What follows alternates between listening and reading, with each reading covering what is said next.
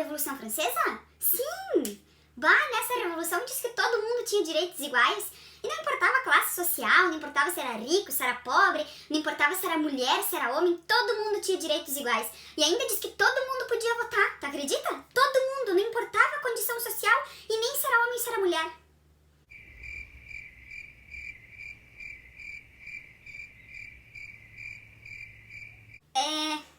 Não foi bem assim que aconteceu toda essa história, mas me acompanha que a gente vai entender na nossa videoaula de hoje. Por mais que muitas coisas que aconteciam no discurso das pessoas durante a Revolução Francesa não tenha realmente sido implementado na prática daquele período, a Revolução Francesa, mesmo assim, continua sendo um marco na história da humanidade. A nossa linha do tempo, que está aqui no nosso quadrinho, é uma prova disso. Aqui nós temos as divisões da história da humanidade em vários períodos. A gente sabe que a linha do tempo é uma representação didática para a gente entender alguns conteúdos. E vocês também sabem que a pré-história não termina num dia para que a Idade Antiga se inicie. Assim como a Idade Média não termina em um dia para que no outro dia a Idade Moderna se inicie. Na verdade, essa mudança de períodos históricos ela acontece ao longo de muito tempo. E os historiadores depois vão olhar para todas aquelas transformações da sociedade daquele período e vão estabelecer que aquelas transformações foram tão grandes que elas podem ser denominadas ou caracterizadas dentro de um novo período. A Idade Moderna vai se iniciar quando o Império Romano do Oriente vai cair no ano de 1453. Era o último resquício do Império Romano lá daqueles tempos antigos de Roma. Então, quando os turco-otomanos invadem a cidade de Constantinopla, que era a capital do Império Bizantino, os historiadores vão dizer que naquele momento muitas estruturas da sociedade mundial acabam se transformando e por isso eles denominam, os historiadores, que nós estamos iniciando um novo período, que é a Idade Moderna, a Idade dos Reis, a Idade das Monarquias e a Idade também de algumas contestações a esses tipos de governo. Já a Idade Contemporânea vai se iniciar justamente a partir da Revolução Francesa. Então, por mais que a Revolução Francesa não tenha implementado na prática tudo aquilo que estava nos discursos, como voto universal, direitos iguais a todas as pessoas da sociedade francesa, mas mesmo assim ela foi um marco porque o povo, que depois nós vamos ver que vai ser o terceiro estado, ou boa parte do terceiro estado, vai questionar o poder daquelas pessoas que estão em um nível superior, ou que são mais ricas, e esse poder ele vai ser diminuído. O poder tanto de clero quanto da nobreza vai ser diminuído a partir desses questionamentos.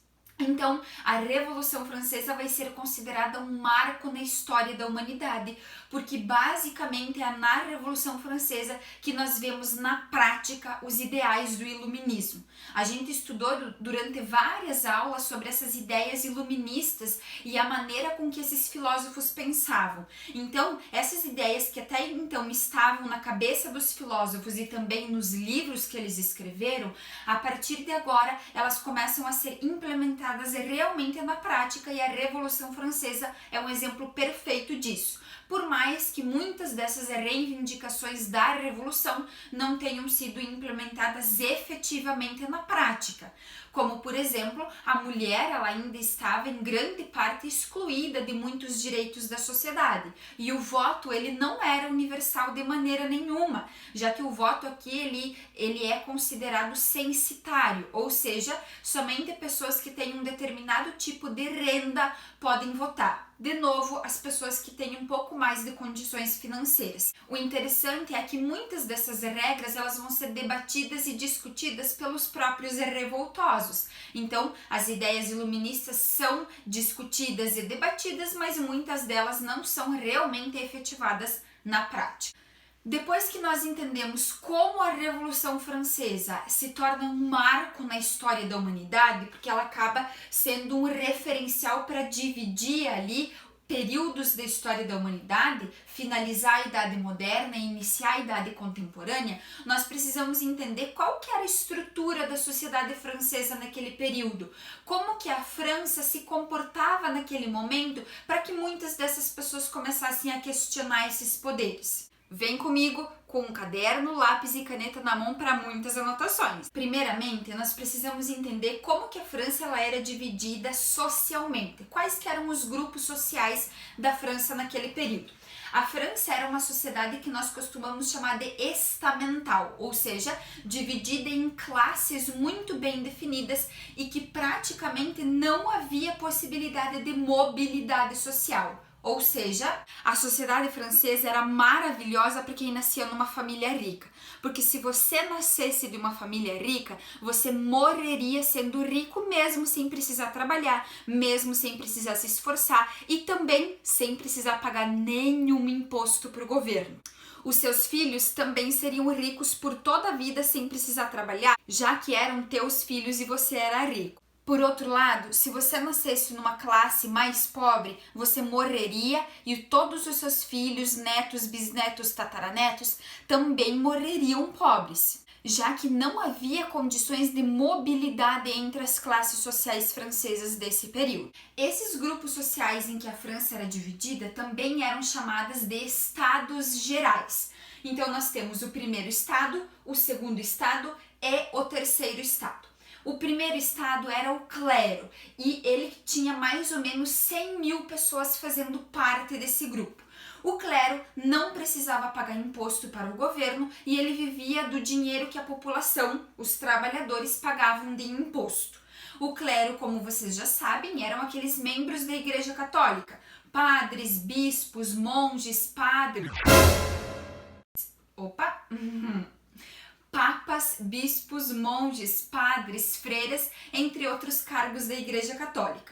O segundo estado era a nobreza, e a nobreza era aquele grupo de pessoas que governavam o país. Nesse período na França, nós temos uma monarquia absolutista, ou seja, o rei ele concentra todo o poder nas suas mãos. E a gente vai estar estudando nesse período aqui o reinado de um cara chamado Luís XVI, sua esposa Maria Antonieta. A nobreza, assim como o clero, também não precisava pagar nenhum imposto e 300 mil pessoas faziam parte desse grupo de nobres. Essas pessoas eram basicamente o rei, sua esposa, toda a sua família e amigos e também aquela antiga nobreza feudal que tinha em muitas regiões da Europa um poder significativo concentrado nas suas mãos. Todos eles faziam parte desse grupo que tinham todos os tipos de privilégios, luxos, sem precisar trabalhar e muito menos pagar imposto. Boa parte dessa nobreza, como o rei, a sua esposa e a família e amigos mais próximos, moravam num palácio um pouco distante da capital, que era Paris. Moravam num lugar chamado Versalhes e o palácio denominado Palácio de Versalhes. Esse palácio hoje é um dos pontos turísticos mais visitados do mundo, porque ele vai estar no centro das atenções no período da Revolução Francesa. Para se ter uma ideia, esse palácio, primeiramente, ele era somente uma casa de caça para os reis. Os reis saíam da capital, que era Paris, e iam para Versalhes para caçar, para passar um tempo no final de semana, para ter um momento de lazer. A partir de 1664, essa casa de caças, ela acabou sendo reformada e se transformou num palácio gigantesco e com muito luxo. Para se ter uma ideia do tamanho do Palácio de Versalhes, ele possuía 700 quartos, 2.000 janelas e 67 escadas. Ele possui 67 mil metros quadrados.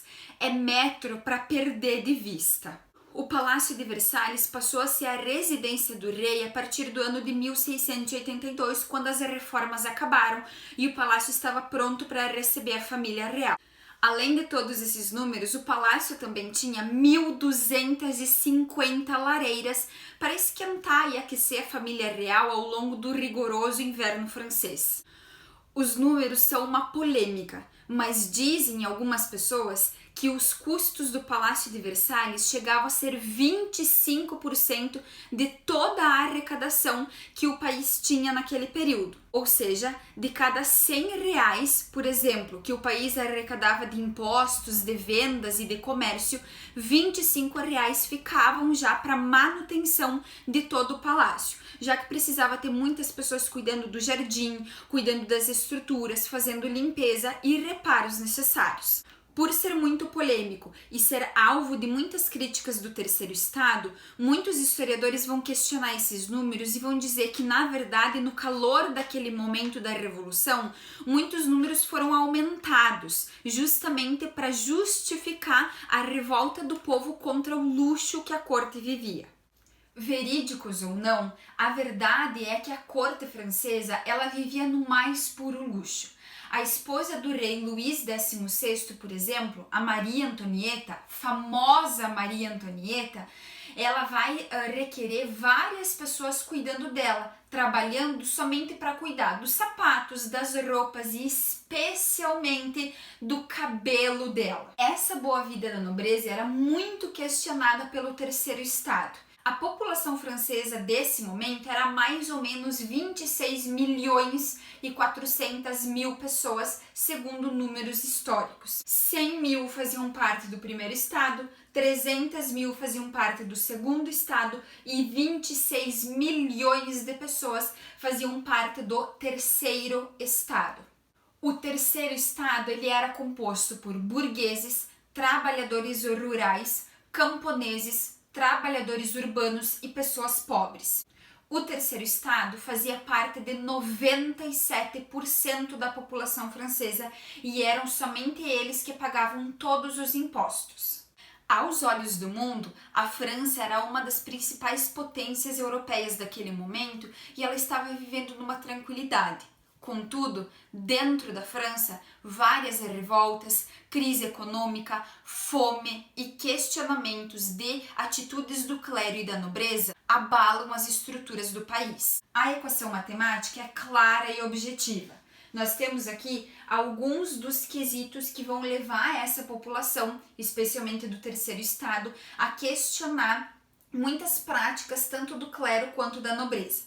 Em primeiro lugar, as ideias iluministas. Antes do iluminismo, as pessoas não tinham ideia de que elas tinham direito de questionar as pessoas que estavam governando todo o seu país. É a partir do iluminismo e de várias ideias de filósofos, como John Locke, que vai dizer que as pessoas elas têm sim direito à rebelião caso os governantes não atendam os anseios da população, que vai fazer com que membros, especialmente do terceiro estado, juntem forças, se agrupem para fazer a revolução. Outro quesito era a crise econômica, já que a França tinha passado por vários anos com um frio muito intenso, um inverno muito rigoroso que acabou dando uma quebra no número das colheitas. Isso fez com que faltasse alimentos, especialmente o pão. O pão era algo sagrado naquele período para essas pessoas, porque era a principal fonte de sustentação para eles. Então, se faltasse trigo, faltava pão. E se faltava pão, a fome era generalizada. Enquanto a nobreza gastava muito dinheiro com banquetes luxuosos e muito fartos em comida, a população do terceiro estado estava passando fome. Não foram só as más condições climáticas que levaram a França a essa crise econômica, mas a má administração do rei Luís XVI vai também levar a esse rumo. O Luís XVI foi rei muito jovem. Ele e a Maria Antonieta, por exemplo, que se casou com 14 anos, eram apenas adolescentes que precisavam comandar um país. E o casal vai enfrentar mais um problema, que vai ser os impostos altíssimos que eles cobravam da população, que era basicamente o terceiro estado. O terceiro estado começou a se perguntar por que só eles tinham que pagar impostos se eles eram os mais pobres, enquanto a nobreza, que era riquíssima, e o clero, que era a maior senhora feudal daquele período, ou seja, a maior detentora de terras na França, não precisavam pagar nenhum imposto. Por isso eu te disse que a equação matemática ela é clara e objetiva. Todos esses fatores somados só podia levar a uma única coisa: revoltas. Em 1789, a França parecia ser uma das maiores potências da Europa. Mas, na verdade, o país atravessava uma grave crise econômica. Milhares de pessoas morriam de fome e o descontentamento era geral. A desastrosa administração financeira do governo e guerras sucessivas haviam empobrecido o país. A todo momento, os reis da dinastia Bourbon aumentavam os impostos para pagar as suas dívidas. De acordo com as leis feudais, Os impostos eram pagos exclusivamente pelo povo. A nobreza, classe dominante, e a riquíssima Igreja Católica não pagavam nada. Esse foi um trechinho do livro A Revolução Francesa, do autor Ken Hills, na página 2. As guerras que o trechinho do livro que eu acabei de falar se refere são especialmente duas. O primeiro, a Guerra dos 100 Anos em que a França esteve envolvida contra a Inglaterra. E o segundo conflito foi a Guerra de Independência das 13 colônias, que futuramente se tornou os Estados Unidos. A França gastava muitos recursos com conflitos e por isso cada vez mais precisava aumentar os impostos do terceiro estado para que eles conseguissem dar a volta e pagar suas contas. Isso revoltava o terceiro estado porque ninguém havia consultado a população ou a maior parte da população que era o terceiro estado, se a França deveria ou não estar em guerra com esses outros países. E por isso o terceiro estado dizia: Rei, eu não pedi pra você entrar em guerra. Eu não vou pagar tua conta, não. E o rei vai dizer: Ah, mas vai sim, porque segundo as leis do regime feudal, quem paga os impostos é o povo. O impasse entre rei e trabalhadores vai levar a várias revoltas na França. E essas revoltas vão tentar ser controladas pelo próprio rei Luís XVI. Um ministro e amigo do rei francês, chamado Jacques Necker, acabou aconselhando o rei Luís XVI de que ele deveria convocar uma assembleia que não era convocada há muitos anos na França. Essa assembleia, ela tinha sido criada no ano de 1302 pelo rei francês Filipe IV. Nessa assembleia, as pessoas debatiam problemas políticos e econômicos que estavam acontecendo na França. Pessoas de todos os estados deveriam participar, tanto do primeiro quanto do segundo e também do terceiro. Ou seja, todos os segmentos, todos os estamentos da sociedade francesa deveriam estar dentro dessa assembleia anualmente para debater sobre esses temas. Só que aqui, quando Jacques Necker vai aconselhar o rei francês Luís XVI a convocar essa Assembleia dos Estados Gerais, ela não era convocada há quase 180 anos. O Jacques Necker vai falar para o rei: Rei, a gente precisa dar um jeito, nós precisamos fazer alguma coisa enquanto governo. A gente precisa convocar essa assembleia, assim os representantes de todos os estados vão estar lá, vão conversar, debater sobre esses problemas e eles que tentem achar uma solução. A gente tira o governo fora desse problema, deixa que eles solucionam. E o rei vai dizer: Bah, mas tu tá doido, né, Jacques? Como é que eu vou convocar essa assembleia? Vai que os caras querem me tirar do poder e conseguem uma votação lá dentro dessa assembleia pra me tirar do poder? Mas, excelentíssimo rei, não tem como a situação ficar desse jeito. Nós precisamos tomar uma atitude enquanto governo. Tá. Convoca essa assembleia e para de me encher o saco que a Maria Antonieta tá me convidando pra ir passear. Não vou perder tempo com isso.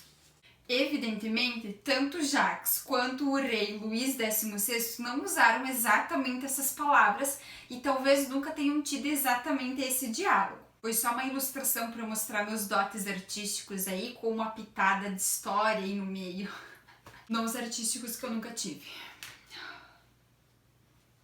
Uma pena. Mas também Deus deve ter dado outros dons para mim, né? Ou será que não? A Assembleia dos Estados Gerais, então, foi convocada com o objetivo de debater sobre esses problemas políticos e econômicos que a França passava. A Assembleia, em outras palavras, quer dizer uma reunião para conversar sobre algum assunto. Estados Gerais, você vai lembrar, são aqueles 3 estados em que a França era dividida socialmente, os 3 grupos sociais franceses. Por isso, a Assembleia dos Estados Gerais nada mais era do que uma reunião com representantes dos 3 estados. E então, os representantes do primeiro estado somavam 247 membros, representantes do segundo estado somavam 188 membros e os representantes do terceiro estado somavam 500 membros. Quando a Assembleia é aberta no dia 5 de maio de 1789, o primeiro impasse acontece. O primeiro e o segundo estados queriam que as votações dos temas que fossem debatidos na Assembleia fosse feita por estado, ou seja, cada estado somando um voto. Evidente que aqui, o primeiro e o segundo estado, tanto clero quanto nobreza, eles estavam vislumbrando que eles votariam juntos, em qualquer tema. Então, sempre somaria 2 votos contra 1 voto do terceiro estado. A nobreza e o clero manteriam o seu poder e o seu luxo, enquanto o terceiro estado perderia em praticamente todas as votações. A não ser que ou clero ou nobreza acabassem votando junto com o terceiro estado, o que era praticamente impossível. O terceiro estado, por sua vez, dizia que eles eram a maior parte da população e por isso a votação ela deveria ser feita por cabeça. Então a pergunta que pairava naquele momento era: o voto por cabeça ou por estado? O terceiro estado vai dizer: não, nós precisamos votar por pessoa, cada pessoa representa um voto. Assim, o terceiro estado sempre ganharia as votações, já que o primeiro e o segundo estado somados não dariam 500 votos. E ainda existiam algumas pessoas aqui da nobreza que estavam descontentes com muitas práticas da corte, e o terceiro estado contava com alguns votos da nobreza. Por isso, o terceiro estado defendia que os votos das pautas debatidas na Assembleia deveria ser feita por cabeça ou por pessoa. O Luís XVI, em meio a toda essa discussão e impasses, deveria estar comendo brioches em alguma parte do Palácio de Versalhes e pensando: eu já falei que eu não queria ser incomodado. Esse povo tá tentando me tirar do sério. Eu quero que feche essa Assembleia. Não quero mais ser incomodado por hoje. No meu caso, eu tô comendo pão mesmo e não brioche. Porque brioche é um pão muito famoso na França e que nesse período ele era restrito à nobreza e ao clero porque ia muito mais ingredientes do que farinha e água. O Luís XVI mandou fechar a Assembleia dos Estados Gerais porque para ele os impasses estavam sendo muito grandes e ele estava temendo que o terceiro estado fosse ganhar esse impasse pelos votos por cabeça. Só que essa atitude do Luís XVI de fechar a Assembleia dos Estados Gerais, ao invés de acalmar os ânimos e de pacificar a França de uma vez por todas, teve o efeito exatamente o contrário. Vamos analisar algumas obras sobre o período? Uma imagem muito característica do período da Revolução Francesa é essa que está aparecendo no teu vídeo agora. A gente está vendo ali 3 pessoas. Primeiro, nós vemos 2 pessoas montadas na terceira pessoa. Nós podemos perceber as vestimentas das 2 pessoas que estão sentadas, muito luxuosas, demonstrando que essas 2 pessoas fazem parte do clero e da nobreza. Enquanto isso, a terceira pessoa que está carregando as 2 pessoas nas costas é representante do terceiro estado, que literalmente pagava todos os impostos e precisava carregar o clero e a nobreza nas costas. Agora, observe algumas imagens que vão aparecer no seu vídeo sobre a Maria Antonieta. A Maria Antonieta foi, durante boa parte da Revolução Francesa, o símbolo do luxo e da fartura em que a corte vivia. A Maria Antonieta se casou com Luís XVI muito jovem. Ela tinha apenas 14 anos. Era austríaca e teve que deixar para trás até mesmo as suas roupas do corpo para chegar à França. Muitos rituais da corte incomodavam a Maria Antonieta.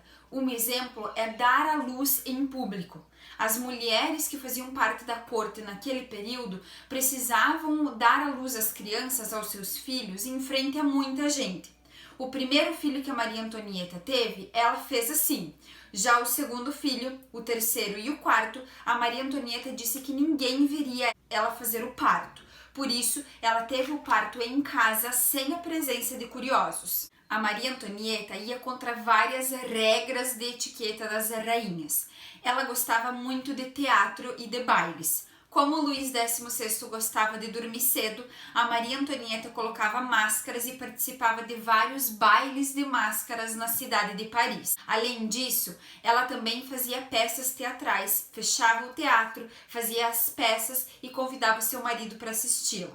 As pessoas que a Maria Antonieta representava nas peças teatrais geralmente eram pessoas de classes mais pobres da sociedade. O casamento da Maria Antonieta com o Luís XVI foi questionado por 7 anos. O Luís XVI não queria ter relações com a Maria Antonieta e por isso o casal só teve um filho depois de 7 anos de casado. Era uma filha menina e o casamento passou a dar certo perante a sociedade a partir do momento que o casal teve um filho homem, ou seja, para suceder o trono francês. Numa sociedade absolutista e patriarcal, que eram características das sociedades daquele período, era muito comum que os homens tivessem amantes. Nada comum e muito mal visto era a mulher ter amantes. Imagina a rainha tendo um amante. Foi isso que a Maria Antonieta fez. Ela tinha um amor fora do casamento e várias vezes saía do palácio para se encontrar com um amante. Por mais que a culpa de todas as crises que a França passava não fosse só da Maria Antonieta, ela foi considerada o alvo principal dos revoltosos para falar sobre o luxo, a fartura e também os desvios de conduta que aconteciam dentro da corte. Após o final da Revolução Francesa, a Maria Antonieta foi condenada à guilhotina, que era aquele instrumento que passou a ser muito utilizado na França e que decepava a cabeça dos condenados. Ela foi morta no ano de 1793 e teve sua cabeça exposta em público para que a população visse que a Maria Antonieta estava realmente morta. Foi atribuída a Maria Antonieta a seguinte frase: se eles não têm pão, que comam brioches.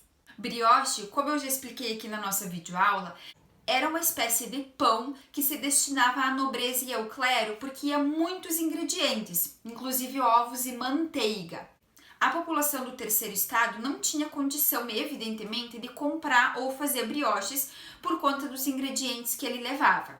Hoje, muitos historiadores vão dizer que a Maria Antonieta nunca disse essa frase e que ela foi inventada por grupos de rebeldes que queriam aumentar ainda mais a revolta contra a rainha.